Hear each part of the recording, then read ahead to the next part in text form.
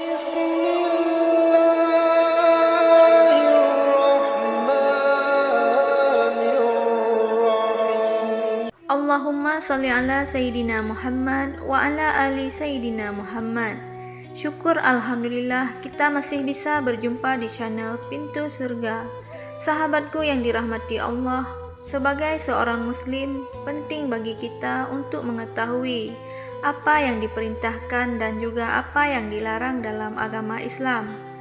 Islam telah dengan jelas memberikan panduan-panduan bagi manusia, di antaranya panduan yang jelas tersebut adalah masalah larangan untuk memelihara hewan-hewan tertentu.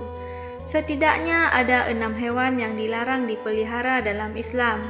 Larangan-larangan tersebut telah disampaikan oleh Rasulullah SAW dalam beberapa hadisnya, sehingga penting bagi kita untuk mengetahui dan menjauhi larangan-larangan tersebut. Sahabatku yang dirahmati Allah, ada 6 hewan yang dilarang dipelihara dalam Islam. Yang pertama adalah anjing. Salah satu hewan yang dilarang untuk dipelihara dalam Islam adalah anjing. Hal ini disebabkan karena air liur anjing dianggap najis. Rasulullah SAW bersabda, dalam sebuah hadis diriwayatkan dari Ibnu Umar dari Nabi Muhammad SAW, beliau bersabda, barang siapa yang memelihara anjing selain anjing ternak dan anjing berburu, maka berkuranglah setiap daripadanya pahala perbuatannya 2 qirat. Hadis riwayat Bukhari dan Muslim.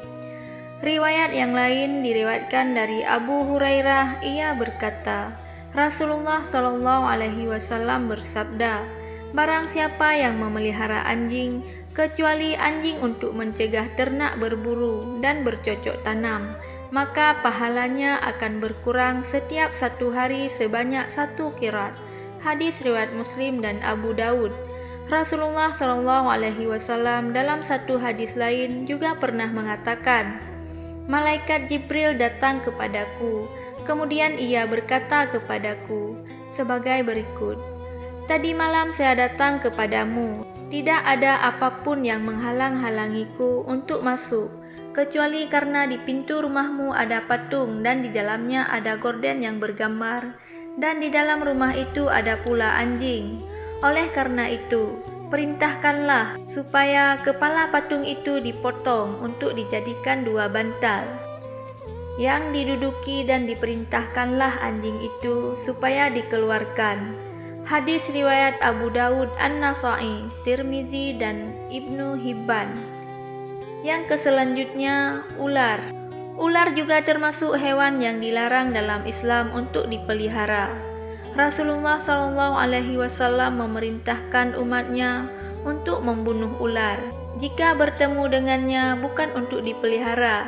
Hal ini didasarkan pada salah satu hadis yang menyatakan bahwa Rasulullah SAW memerintahkan untuk membunuh 2 binatang hitam, ular dan kalajengking. Hadis riwayat Tirmizi. Perintah untuk membunuh ini dimaksudkan ketika ular tersebut dalam keadaan mengancam. Jika tidak, maka tidak dianjurkan untuk membunuh, apalagi diburu, sebab pada dasarnya ular juga merupakan hewan yang berada dalam rantai makanan, sehingga memusnahkan ular untuk merusak keseimbangan alam. Yang selanjutnya adalah elang.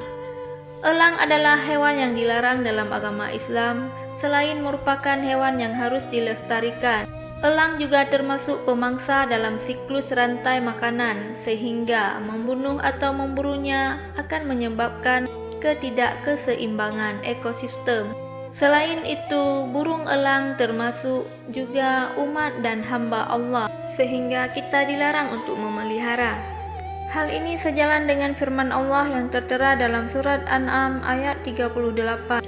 Dan tiadalah binatang-binatang yang ada di bumi dan burung-burung yang terbang dengan kedua sayapnya, melainkan umat juga seperti kamu. Quran Surat An'am ayat 38. Yang selanjutnya adalah tikus. Tikus termasuk hewan yang najis dan kotor. Oleh karena itu, Islam melarang kita untuk memelihara. Selain itu, tikus juga merupakan salah satu hewan pembawa penyakit. Tikus hidup dalam lingkungan yang kotor dan memakan makanan yang kotor. Sedangkan dalam Islam, hal yang kotor sangat dibenci oleh Allah Subhanahu wa taala dan Rasulullah Shallallahu alaihi wasallam. Kebersihan dan kesucian merupakan bagian dari iman. Dalam agama Islam, sehingga menjaga rumah dari tikus yang dapat menyebabkan penyebaran penyakit adalah tindakan yang sangat dianjurkan. Hal ini sejalan dengan sabda Rasulullah Shallallahu alaihi wasallam dalam hadis yang berbunyi, "Kebersihan adalah sebagian daripada iman." Hadis riwayat Tirmizi. Selanjutnya adalah gagak. Gagak, khususnya gagak yang dimiliki punggung dan perut putih, juga dilarang untuk dipelihara dalam Islam. Hal ini didasarkan pada pendapat Imam Syafi'i yang mengatakan bahwa gagak tidak boleh dipelihara dan diperbolehkan untuk dibunuh. Gagak juga bukanlah hewan yang mendatangkan keberkahan dan juga kemanfaatan. Hal ini didasarkan pada satu hadis di mana malaikat Jibril datang kepada Nabi Shallallahu alaihi wasallam lalu berkata, "Allah memerintahkanmu untuk membunuh burung gagak karena ia telah membelalakkan kedua mata ketika anaknya mati." Kemudian Allah Subhanahu wa taala berfirman, "Bagaimana burung gagak itu memohon kepadaku sedangkan ia telah mematikan anaknya?" Hadis riwayat Muslim. Dalam hadis lain, Rasulullah Shallallahu alaihi wasallam juga pernah bersabda, 5 jenis hewan yang seluruh fisiknya boleh dibunuh di tanah suci, yakni burung gagak, burung elang, ular, tikus, dan binatang buas.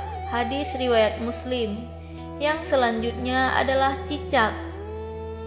Cicak meskipun sering berkeliaran di rumah, juga dilarang untuk dipelihara. Nabi Muhammad SAW memerintahkan umatnya untuk membunuh cicak.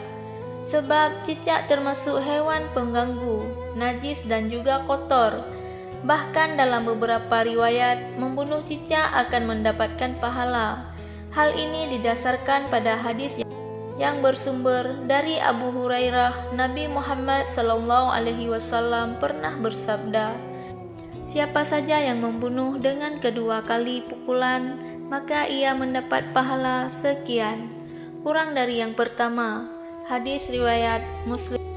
Demikian wahai sahabatku, itulah beberapa di antara hewan yang dilarang dipelihara dalam Islam. Meskipun dilarang dipelihara, namun tidak semua hewan tersebut harus dibunuh atau dimusnahkan. Ada beberapa hewan yang perlu kita jaga kelestariannya.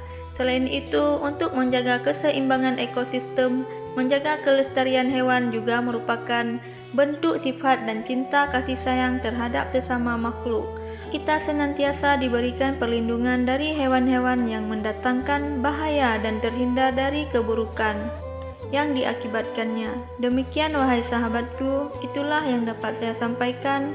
Semoga video ini bermanfaat bagi kita semua. Wassalamualaikum warahmatullahi wabarakatuh.